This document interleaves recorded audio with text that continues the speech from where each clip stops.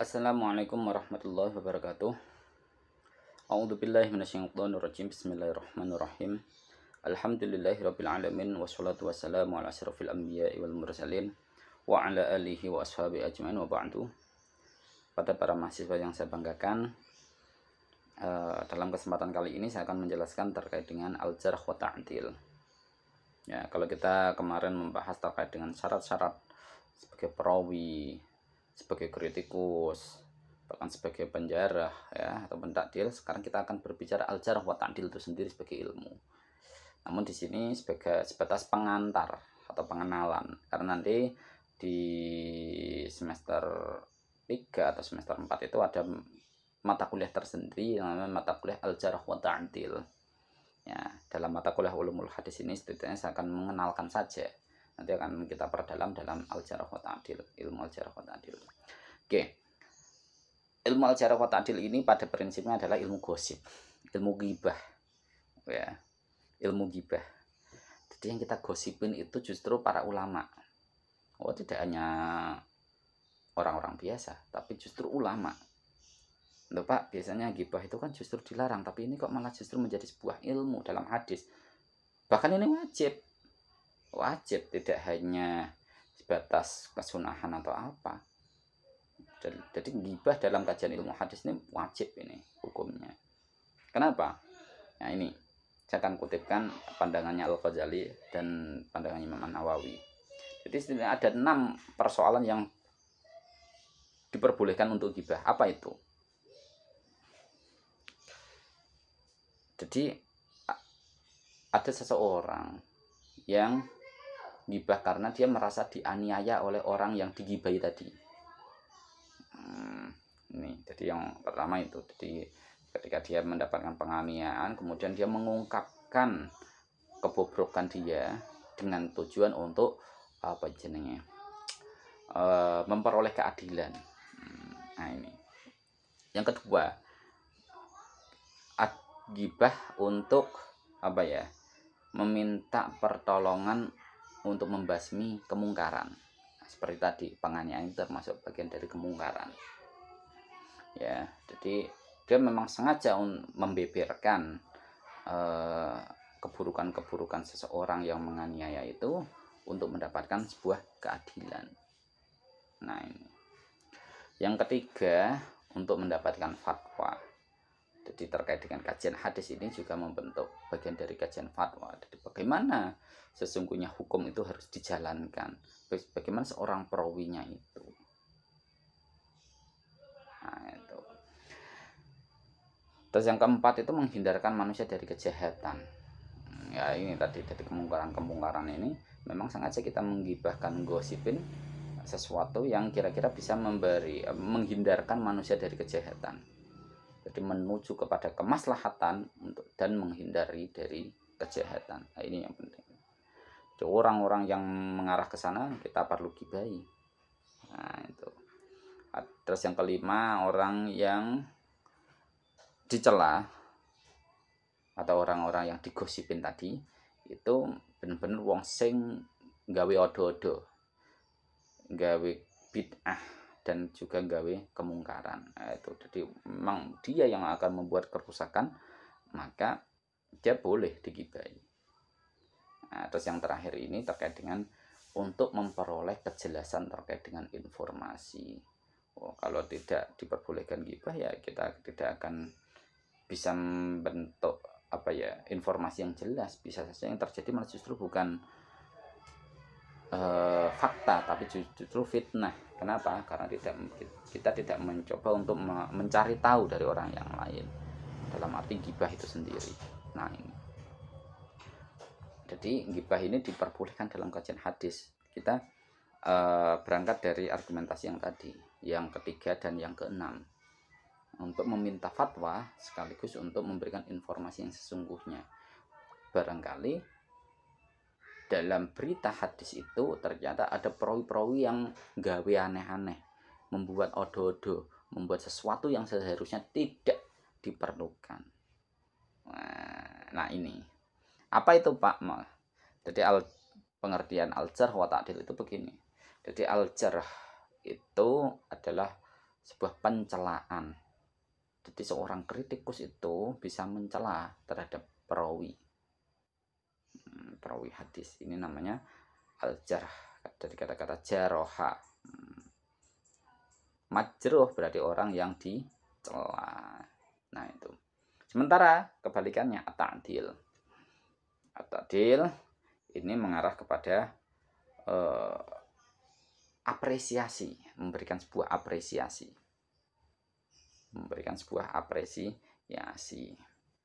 Jadi seseorang ini bisa diapresiasi apakah dia memang memiliki pribadi yang unggul, dia punya muruah yang baik, dia thiqah, dia adil, atau bagaimana. Nah ini terkait dengan at-ta'dil. Jadi dia memberikan apresiasi terhadap seorang perawi tadi. Nah, terus apa Pak bedanya dengan ilmu tarikhur ruwah? Ada ilmu al-jarh wa ta'dil, ada ilmu tarikhur ruwah. Objeknya sama-sama seorang perawi. Namun yang membedakan adalah fokusnya. Kalau tarikhur ruwah lebih umum fokusnya. Dia lebih umum. Dia bisa mempelajari dari mulai dari kehidupan, afiliasi politik, terus bagaimana dia bekerja, dan yang lain-lain lah. Jadi ibaratnya kayak kita mempelajari biografi perawi, itu namanya ilmu tarikhur ruwah. Namun untuk ilmu al-jarh wa ta'dil ini terfokus dalam kajian hadis. Jadi bagaimana tingkat keadilannya, bagaimana tingkat kedhabitannya, ya, dan bagaimana dia dalam meriwayatkan hadis ini. Nah, jadi ilmu al-jarh wa ta'dil lebih fokus ke sana. Nah, ini bedanya dengan ilmu tarikhur ruwah. Ya, jadi al-jarh wa ta'dil itu lebih fokus, sementara untuk at-tarikhur ruwah lebih umum, lebih berbicara biografi secara umum. Nah, itu. Terus piye Pak syarat-syaratnya itu? Jadi seorang yang gosipin itu tidak sembarang orang, harus orang-orang tertentu. Bagaimana syaratnya? Dia benar-benar orang yang alim, wirai, tanpa tendensi, jujur. Jadi yang memberikan penilaian, yang gosipin ini adalah orang-orang yang dia tidak memiliki tendensi tertentu. Ya, dia benar-benar orang alim. Ya. Terus yang kedua, dia itu benar-benar paham terhadap siapa yang ia nilai tadi. Gak boleh dari jari-jari ini. Dia benar-benar paham terkait dengan muru'ah seorang perawi tadi. Bahkan kalau ada majruh, dia harus paham kenapa dia kemudian dijarah, kenapa dia kemudian dicela. Dia harus benar-benar paham. Gak boleh dari kata-kata jari ini tadi. Ya, tidak boleh. Terus yang ketiga, dia harus paham terkait dengan dialektika orang Arab. Kenapa Pak Kaza orang Arab? Karena kebanyakan perawi hadis itu memang orang Arab semua. Ya, nggak ada orang Indonesia. Jadi paham dengan istilah-istilah itu. Ya, apabila ada perawi dari orang ajam non Arab ya bisa saja sih. Tapi kan yang paling penting adalah karena objeknya adalah orang-orang Arab semua, maka dia harus benar-benar paham dengan redaksi-redaksi itu. Nanti ada beberapa redaksi ya, redaksi terkait dengan adat atau ibaratnya adat ta'dil dan adat tajrih. Nah, jadi alat-alat yang digunakan untuk mentakdil apa, alat-alat yang digunakan untuk menjarah apa. Nah, di situ. Terus apakah ini terbatas hanya untuk seorang laki-laki saja Pak? Tidak. Karena ada perawi perempuan ya maka dia bisa. Jadi ilmu jarh wa ta'dil ini ya wilayah-wilayah yang bebas gender, ibaratnya begitu. Tidak harus orang laki-laki yang menilai. Karena ada beberapa perawi yang perempuan juga. Juga tidak harus orang yang merdeka, bisa saja sebagai orang budak sekalipun. Dalam kajian budak ini ya banyak orang yang kemudian mempersoalkan budak itu kan persaksiannya hanya separuh wong merdeka kan begitu. Nah ini, tapi dalam tulisannya Nuruddin Iter dia mengatakan begitu, dia bebas gender, dia tidak mengenal merdeka dan budak, jadi siapapun berhak untuk melakukan al-jarh wa ta'dil tadi. Nah ini yang penting. Terus piye caranya Pak? Bagaimana caranya? Seorang yang menjarah itu karena dia tadi dituntut tidak untuk tendensi, maka dia harus dalam memberikan penilaian harus proporsional. Apa anane? Gak boleh ditambah-tambahi atau dikurang-kurangi. Harus proporsional. Bagaimana seorang perawi ini? Harus dikatakan sebagaimana adanya. Gitu. Ya wajar-wajar wae, aja sampai melebihi keperluan. Oh, misalkan ini seorang perawi ini aku gak suka dengan perawi itu karena dia itu terlalu sombong lah begini begitu. Akhirnya apa? Jarahnya terlalu tinggi. Nah, ini yang gak boleh. Padahal penilaian terkait dengan kesombongan itu hanya dari pandangan kritikus tadi. Oh, gak bisa semacam itu. Terus selanjutnya kita tidak bisa melakukan jarah saja. Kita harus secara proporsional tadi itu harus berimbang. Kalau kita memberikan jarah, kita juga harus memberikan ta'dil. Hanya saja nanti pertimbangannya lebih dominan mana antara jarah dan ta'dilnya. Nah, sehingga di sini nanti akan ada yang namanya apa yang harus saya dahulukan, al-jarh wa ta'dil atau al-jarh muqaddamun ala ta'dil atau at-ta'dil muqaddamun ala jarh lah ini. Nah, tapi yang jelas sebagai kritikus kita harus proporsional, tidak boleh berat sebelah, dan kita harus mengatakan apa adanya, nggak boleh ditambah-tambahi, nggak boleh dikurang-kurangi. Ya, itu yang paling penting terkait dengan kajian al-jarh wa ta'dil. Nah, di sini selanjutnya ada beberapa tingkatan terkait dengan at-ta'dil terlebih dahulu ya. Saya akan berbicara ta'dil dulu karena ini terkait dengan pemberian apresiasi, penilaian positif dari seorang perawi. Ada beberapa tingkatan ya. Yang pertama itu para sahabat. Jadi mereka yang menjadi sahabat Nabi, yang masuk dalam kategori sahabat atau tabaqat sahabat, maka di sini semua kritikus tidak memberikan kritik. Ya, kemudian semua sepakat mengatakan as-sahabah kulluhum udul. As-sahabah kulluhum udul. Sehingga di sini tanpa kritik. Nah, ini yang berlaku dalam tradisi Sunni. Kalau dalam tradisi Syiah tidak mengenal istilah as-sahabah kulluhum udul. Semua akan menerima kritik. Nah, ini kalau dalam tradisi Syiah. Kalau dalam tradisi Sunni, kalau sahabat sudah pasti adil. Kalau tidak sahabat, nanti ada apa ya, adat-adat atau kode-kode tertentu dalam proses at-ta'dil tadi. Yang kedua itu terkait dengan apa ya jenis ungkapan-ungkapan yang sangat hiperbolis. Ini tingkatan yang kedua. Misalkan gini, ausakun nas. Ini ketika menggunakan ausakun nas itu beda dengan siqoh. Dia lebih tinggi ausak daripada siqoh.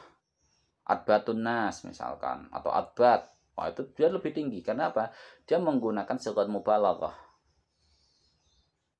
Jadi dia menggunakan istilah-istilah yang sangat hiperbolis, ditinggikan. Nah, ini tingkatan kedua. Tingkatan ketiga ada siqoh, ada apa jenenge? Hafidh, ada sodok dan seterusnya. Dan keempat itu ada hujjah, ka'annahu mushaf atau apa. Dan yang kelima itu laisa bi ba'sun, sodok dan seterusnya. Terus yang terakhir itu yang tingkatan yang paling terakhir tapi tetap dalam koridor ta'dil itu misalkan begini, yuk tabaru bihi yurwa hadithuhu atau laisa bihi ba'id anis shawab.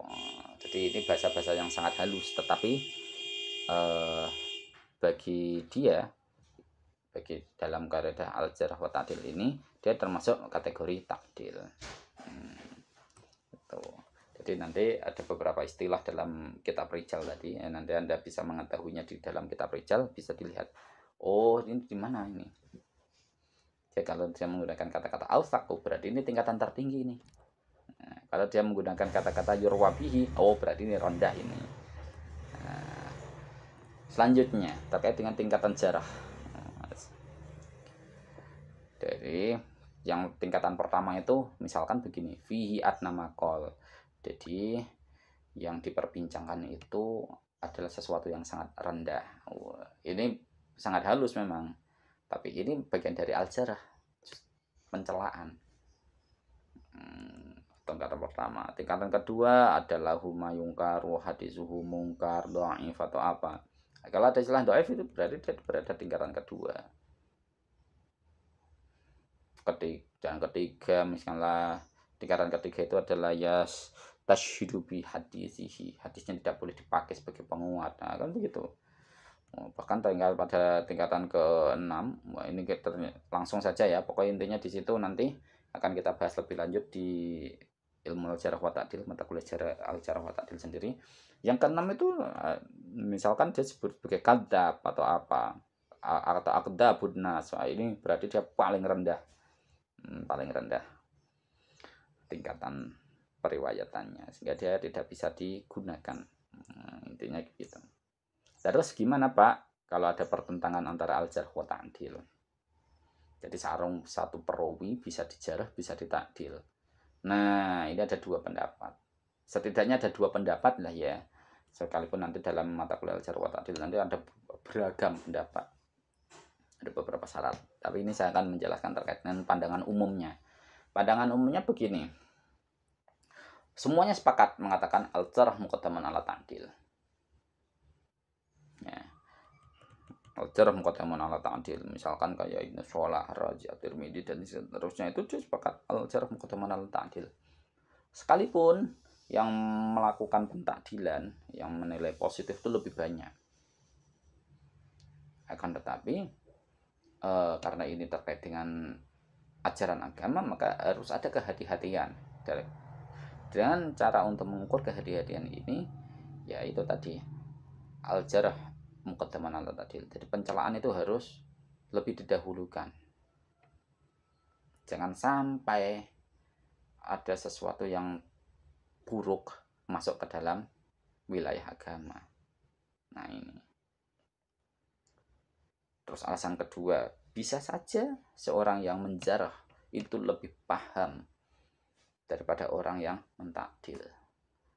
Karena untuk melihat sisi keburukan seorang perawi ini memang harus detail. Jadi tidak hanya menilai dia itu sebagai perawi yang buruk, tidak, tetapi harus benar-benar paham kenapa dia dinilai buruk.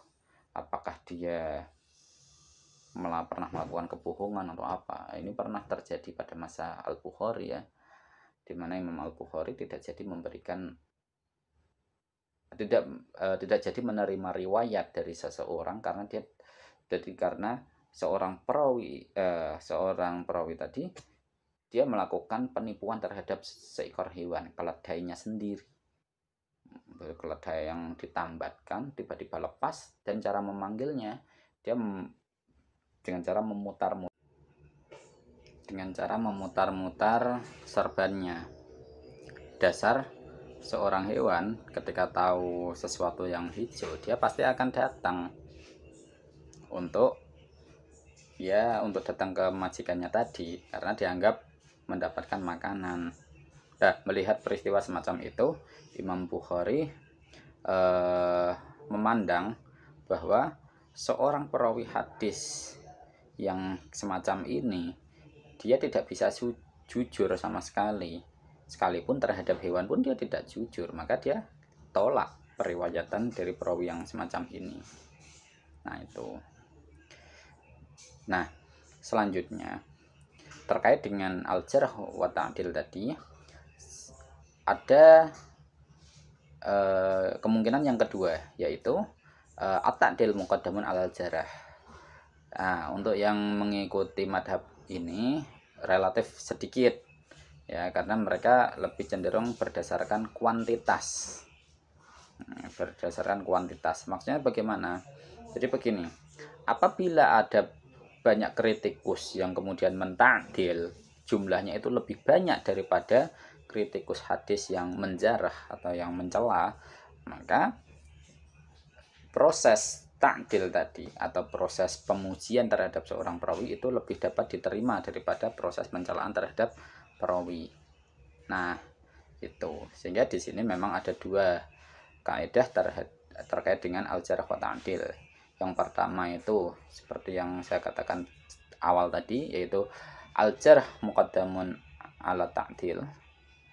Ya, terus yang kedua itu at-ta'dil muqaddamun ala jarh. Nah, itu. Nah, demikian materi yang dapat saya sampaikan. Kurang lebihnya saya mohon maaf. Akhirul kalam, assalamualaikum warahmatullahi wabarakatuh.